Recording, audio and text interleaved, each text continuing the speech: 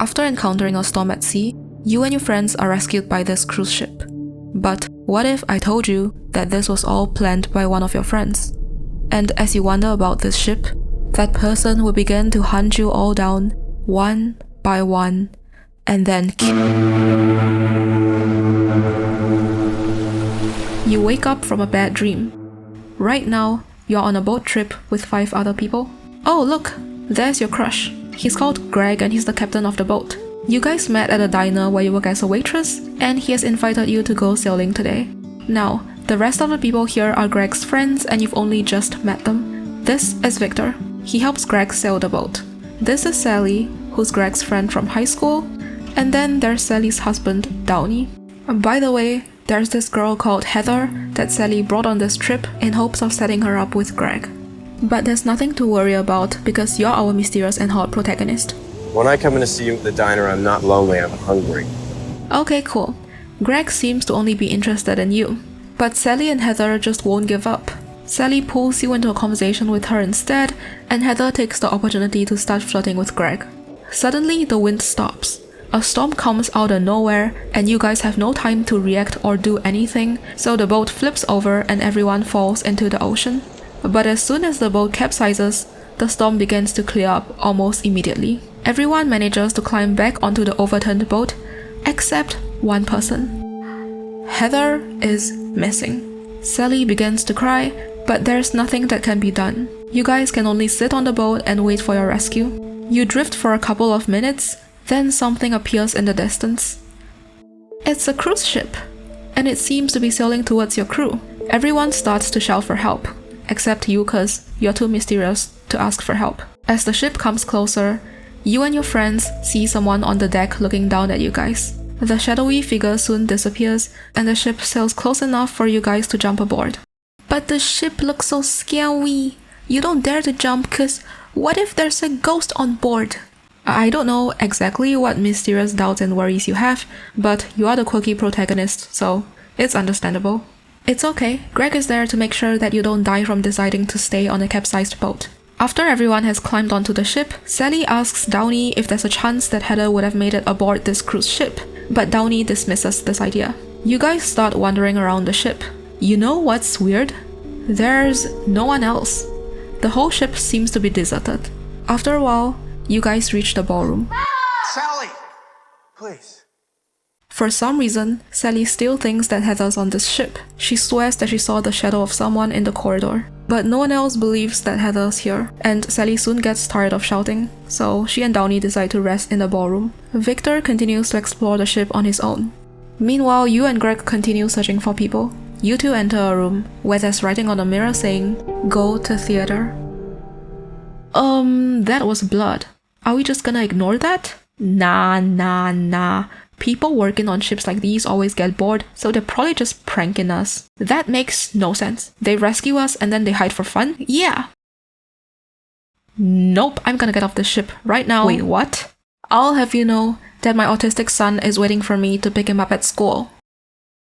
Okay, but how are you gonna get off this ship? I don't know, but I'm going to. Are you serious right now? You're insane. You are insane.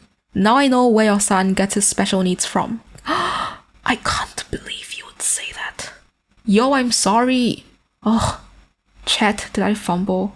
You go back to the ballroom where Sally and Downey were supposed to be, but there's no one there. Just then, you hear someone approaching. It's Victor, but he's bleeding? Victor starts to choke you for no reason, and you struggle to fight back. You find that he has an injury on the back of his head, so you stick your finger into it and push him down. To your horror, Victor is not breathing anymore. I think you just accidentally killed him. Then you hear a gunshot coming from the theater, so you immediately abandon Victor's dead body and run towards the theater to see what's going on. When you arrive, you see Sally and Downey leaning over Greg, who has been shot. And he looks like he's not alive. Okay, I don't know about you, but I definitely thought he was gonna survive way longer than that. I know you're probably sad that your crush has died, but hang on, You just gotta stay with me here. And I promise I'll have good news for you later. As you approach them, Sally immediately accuses you of shooting Greg because you and Greg were together when you guys left the group. Sally, I literally split up from Greg because he was making jokes about autism, okay? So don't try to... Okay, hold on. Victor was killed in the other room. Greg was just shot dead. And Sally and Downey are with you. So who the frick is shooting at you guys? Does this mean there's actually someone else on this ship? Don't tell me Heather actually got on this ship and is trying to kill everyone. Really, Heather? You can't just kill everyone just because Greg is not into you. Okay, let's calm down. Right now, it doesn't really matter who the killer is. Just know that they're trying to kill everyone, so you have to survive. And here, I don't know why you would try to stand up, but luckily the killer decides to shoot Downey. Twice. Then the killer takes a shot at you but misses, and as they are reloading, you try to drag Sally out of the room, but she just ends up being a meat shield instead. In the end, you run out of the room alone. You continue to run until you reach the deck of the ship. Please don't shoot, I have an autistic son, you say.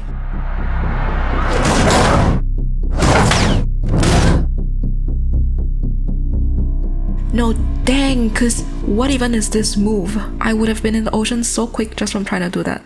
As you run away, you manage to find an axe. Meanwhile, the killer has run out of ammunition. They ditch their shotgun for a crowbar instead, and you guys engage in hand-to-hand combat. You're strong, so you win. You have to kill them. It's the only way to get home, the killer says. Oh, okay. I see.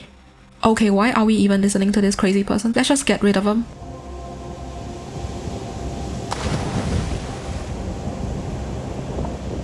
Now everything is finally over. Right?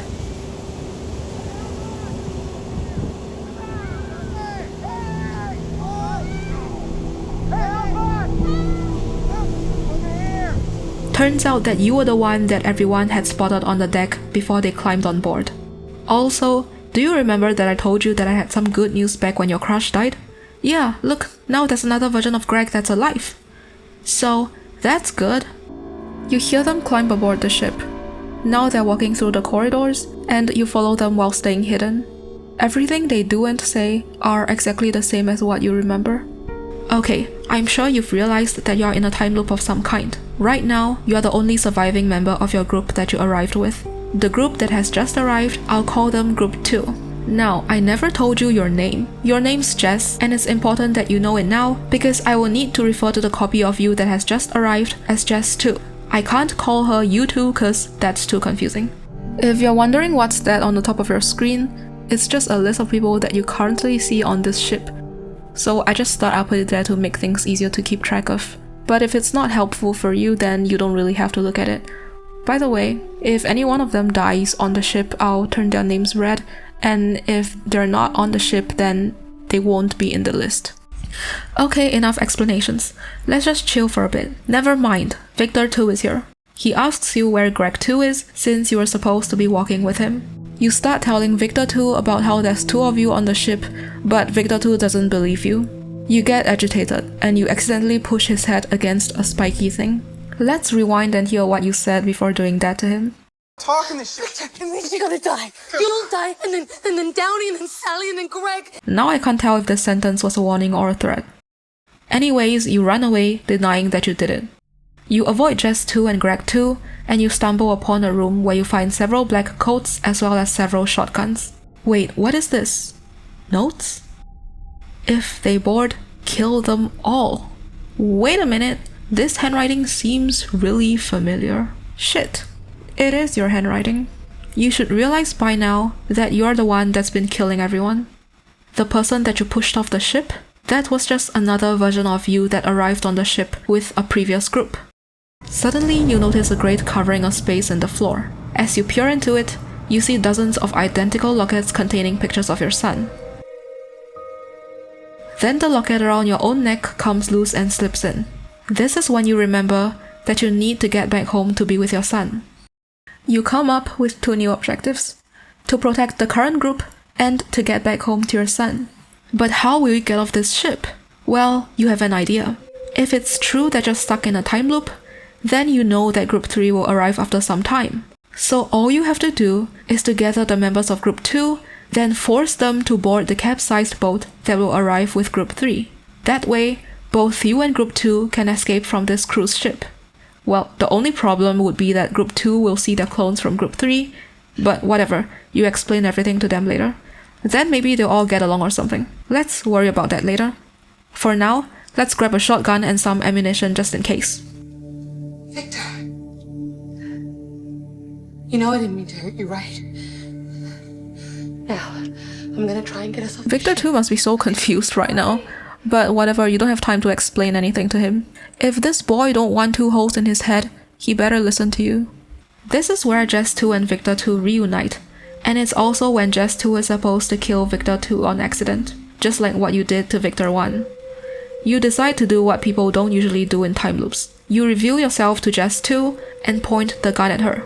You try to convince yourself that Jess 2 is not the real you, but you just can't bring yourself to shoot her. Jess 2 runs away because she's scared. And Victor 2 has just witnessed the entire scene of you confronting yourself, so he's shocked. You tell him to wait for you while you gather the others. You know, maybe you should do some first aid on him instead of just trying to tell him to stay strong, but okay, I guess, this is already an improvement from the previous cycle.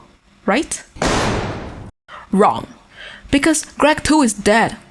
For the second time your crush is dead, oh my god. And again, there's a shooter in the gallery. Didn't you already push the killer into the ocean? Why is there a second one, yo? Actually, you might be able to guess who this is. This person is Heather. No, I'm joking, it's not Heather. Or maybe it is? I don't know. How would I know? They are wearing a mask, so I don't know. Okay, I'll tell you who this is later, but for now you need to concentrate on saving Sally 2 and Downey 2. You manage to get Sally 2 and Downey 2 out of the theater, and you even fire a shot that hit the killer. Well, it just slightly grazed them on the head. You tell Sally 2 and Downey 2 to wait for you as you go get Victor 2. You hand them the shotgun and tell them to shoot anyone that comes. You go get Victor 2, but all you see is a trail of blood leading up to the deck. Victor 2 has already been thrown overboard by the killer.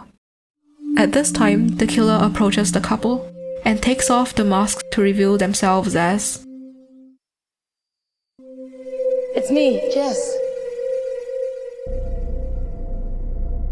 Jesus Christ, what the fuck happened to you? Long story. So this is another version of you.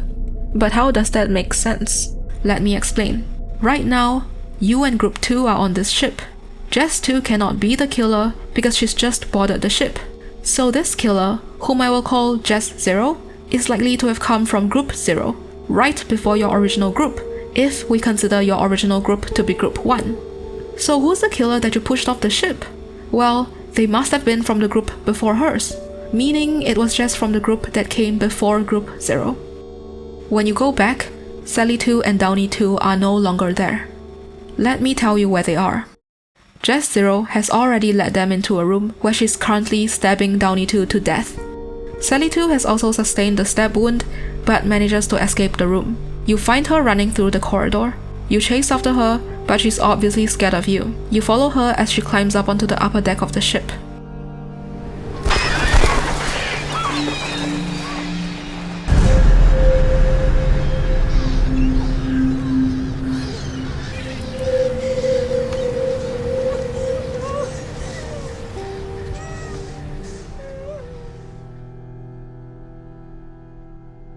Oh my god.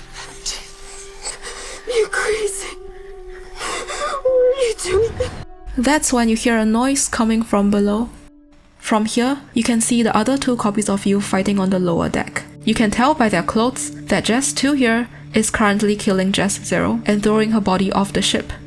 You tell Sally 2 to hold on because Group 3's boat will probably arrive soon, so both of you will be able to reboard it and escape.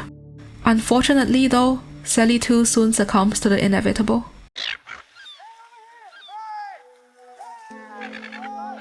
And that's when you realize that the boat carrying the new group reappears only when all your friends from the previous group die. Group 3 is now climbing aboard the ship. And look, you wanted to escape with the capsized boat, but it's already too late. It's drifting away. You see Jess 2 injuring Victor 3. Okay, so everyone on Group 3 is now on board, meaning that no one can escape until the next group comes with a boat. So, you won't be able to save Group 3. But you know what? If you killed everyone in Group 3, you'll be able to stop Group 4 from boarding. Then you'll be able to escape on Group 4's boat. But first, you need to remove the bodies from the rooms that you know the crew will walk into. And now, where should you kill Group 3? How about the theater? How about the same freaking place that the 2 Jesses before you came up with? That's right, use the same unoriginal idea, because apparently seeing 2 previous versions of yourself fail isn't enough to make you think of something new. You ask Sally 3 and Downey 3, who are waiting in the ballroom, to meet you in the theater, and so your killer arc begins. You're insane. You are insane. Now I know where your son gets his special needs from. I can't believe you would say that. Yo, I'm sorry. Oh, chat, did I fumble? You witness Jess 3 and Greg 3 splitting up, and you decide to follow Greg 3 because he's heading towards the theater. But it's not that easy. Because, remember, this guy is your crush. You know what's worse? He recognizes you by your shoes. Jess. Jess, what are you doing? What is this? You shoot Greg 3 anyways. Greg! Oh God! Greg, help me! Help me! At this moment, Jess 3 comes into the room and Sally 3 accuses her of shooting Greg 3. You reload the gun and shoot Sally and Downey until they're dead. Jess 3, however, manages to escape the room unhurt. You chase Jess 3 onto the deck and knock her down. You aim the shotgun, preparing to kill. But then you hesitate when she tells you that she has an autistic son. You fire too late, and she manages to dodge and do her cool body flip thing. But since you remember the path that you previously took when you were being chased, you manage to ambush Jess 3. But you know what? Jess 3 still manages to overpower you by Ultra Instinct. You have to kill them. It's the only way to get home. But she doesn't listen. She swings at you, and you fall into the ocean. You wake up on a beach. Wait, this place is the town that you live in. So it turns out that you didn't actually need to kill anyone? All you needed to do was to conveniently get washed up on a beach near your house. Anyways, the only thing on your mind now is your son. When you reach home, you look through the window of your house and you're relieved to see your son chilling and painting. Hurry up, sweetheart, I'm gonna be late. It's another version of you, and she's currently yelling at your son for leaving his toys in the garden. As she leaves the room, your son turns around and sees you through the window. He jumps back in shock, spilling the paint. The other version of you hears the noise and runs into the room. And she smacks your son across the face. That's right. As disappointing as it is, you are an abusive mother. But now that you've been through this whole ship thing, you realize that your son is actually very important and that you shouldn't have abused him. So seeing the actions of the other Jess makes you angry. You sneak in through the back door, deciding to abuse yourself instead. Good news is you're successful in doing just that. But the bad news is that your son, Tommy, walks into the room to see his mom killing his mom. You hug him and tell him that whatever he saw was just a dream, even though his mom's body is lying next to the both of you. You then pack up the body into the trunk of your car and drive off with Tommy. During the drive, you try to gaslight your son again. Is that woman that did those things to you? It's not Mommy. Let me keep it a buck. Tommy may have autism, but he's not stupid. This is Mommy. Mommy's nice. A seagull hits your windshield and Tommy starts freaking out. So you tell him that you're gonna go bury it. You pick up the seagull and walk over to the side of the road to throw it onto the beach below. You let go of the seagull and it lands on a heap of dead seagulls. You know what this means, right? You're still stuck in the time loop. There's no telling how far this time loop extends, but your gut tells you that you have to get out of this place. Please, Tommy, it's just blood. Stop screaming! God damn it, Tommy! Look at what you did.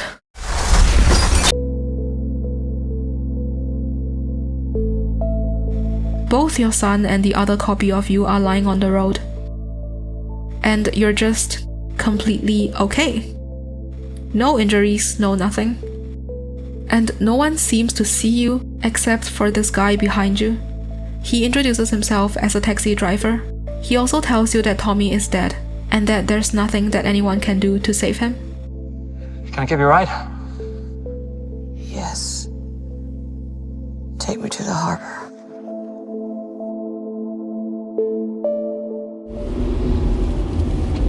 I'll leave the meter running.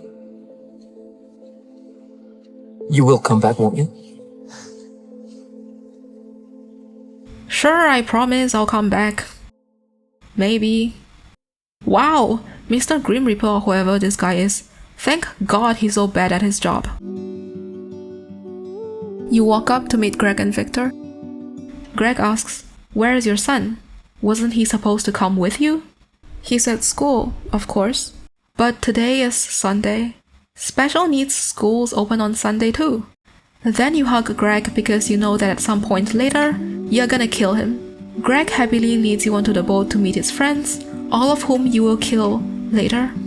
You know, I really have no clue why these people must suffer with you in this infinite time loop, especially Heather, cause she's literally going to drown before you guys even reach the cruise. Well, who cares? You are willing to sacrifice everyone here just to save your son. But for now, you decide to take a nap, because it's been a really long day for you. By the way, your memories of everything will reset by the time you wake up. But you're really tired right now, so see ya.